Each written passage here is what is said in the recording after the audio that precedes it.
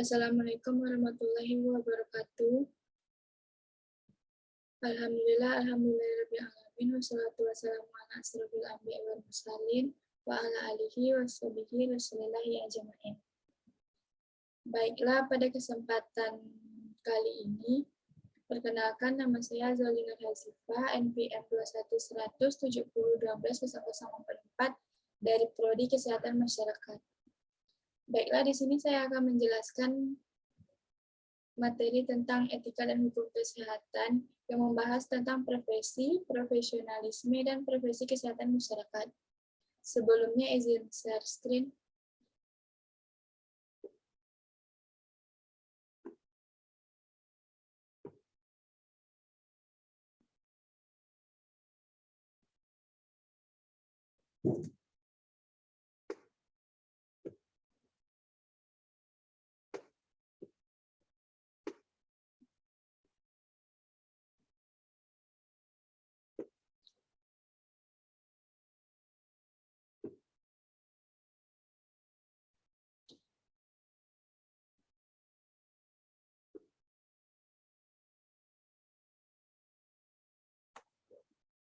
Baiklah, saya akan menjelaskan dari beberapa bagian, yaitu profesi, profesionalisme, dan profesi kesehatan masyarakat.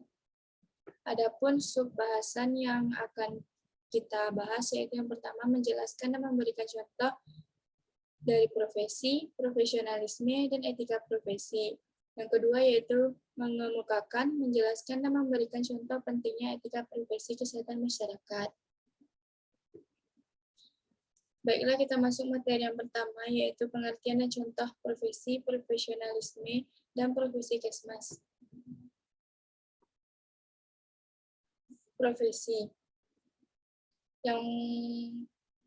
Yang pertama dikutip dari Dr. Apel Seleksi MSI dan Theodorus Pangalia SPhil MPD. Menurut mereka, yang secara etimologi istilah profesi berasal dari bahasa Inggris, profession atau bahasa Latin, professus, yang artinya mengakui, adanya pengakuan, menyatakan mampu atau ahli dalam melakukan suatu pekerjaan. Yang kedua, menurut Kamus Besar Bahasa Indonesia, profesi merupakan bidang pekerjaan yang dilandasi pendidikan, keahlian, yang dimana di dalamnya tersebut terdapat keterampilan, kejujuran, dan sebagainya. Yang ketiga, menurut Webster New Dictionary, menurut beliau, bahwa profesi sebagai suatu pekerjaan yang meminta pendidikan tinggi dalam liberal arts atau sains, dan biasanya meliputi pekerjaan mental, bukan pekerjaan manual atau pekerjaan kasar, seperti mengajar, keinsinyuran, mengarang, dan seterusnya. Yang keempat, yaitu secara terminologi. Profesi merupakan suatu pekerjaan yang mempersyaratkan pendidikan tinggi bagi pelakunya yang ditekankan pada pekerjaan mental, yaitu adanya persyaratan pengetahuan teoretis sebagai instrumen untuk melakukan perbuatan praktis, bukan pekerjaan manual.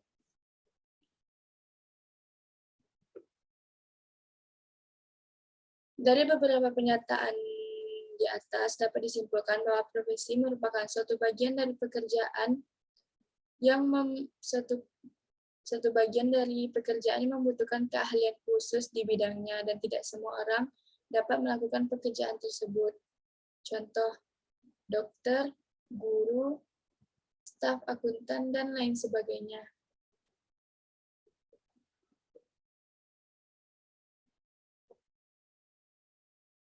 Baiklah, materi selanjutnya yaitu ada profesionalisme. Profesionalisme adalah kondisi, arah, nilai, tujuan, dan kualitas suatu keahlian dan kewenangan yang berkaitan dengan mata pencarian seseorang. Adapun menurut Webster Amerika pada tahun 1989, profesionalisme adalah suatu tingkah laku, suatu tujuan atau rangkaian kualitas yang memadai atau melukiskan corak suatu profesi.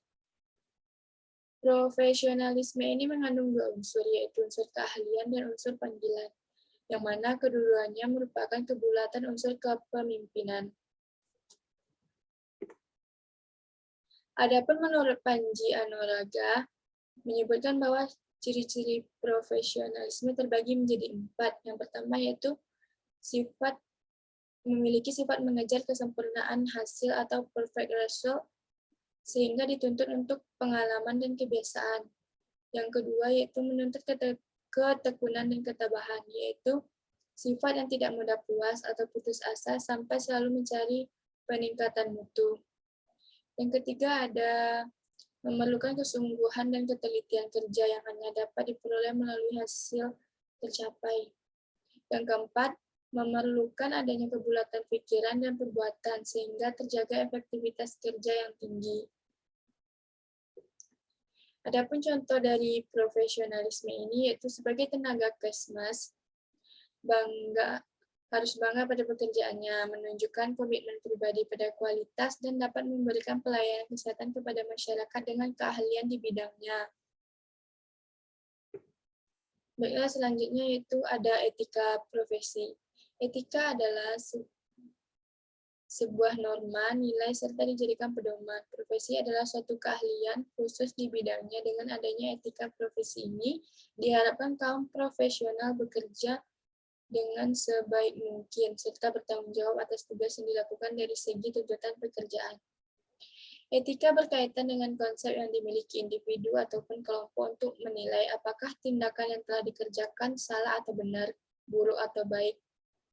Etika merupakan refleks dari apa yang disebut dengan self-control, karena segala sesuatunya dibuat dan diterapkan dari dan untuk kepentingan orang atau kelompok profesi itu sendiri.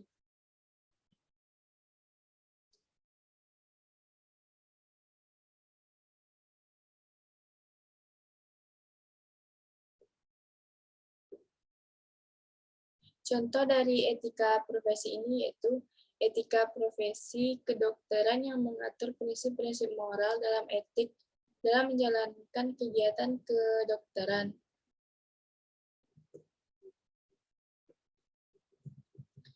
Adapun prinsip etika profesi yang pertama yaitu tanggung jawab bertanggung jawab terhadap pelaksanaan pekerjaan itu dan terhadap hasilnya, terhadap dampak dari profesi itu untuk kehidupan orang lain atau masyarakat pada umumnya. Yang kedua, keadilan. Prinsip ini menuntut kita untuk memberikan kepada siapa saja apa yang menjadi haknya. Yang ketiga, otonomi. Prinsip ini menuntut agar setiap kaum profesional memiliki dan diberi kebebasan dalam menjalankan profesinya. Baiklah, bahasan yang kedua yaitu mengemukakan, menjelaskan, dan memberikan contoh pentingnya etika profesi kesmas.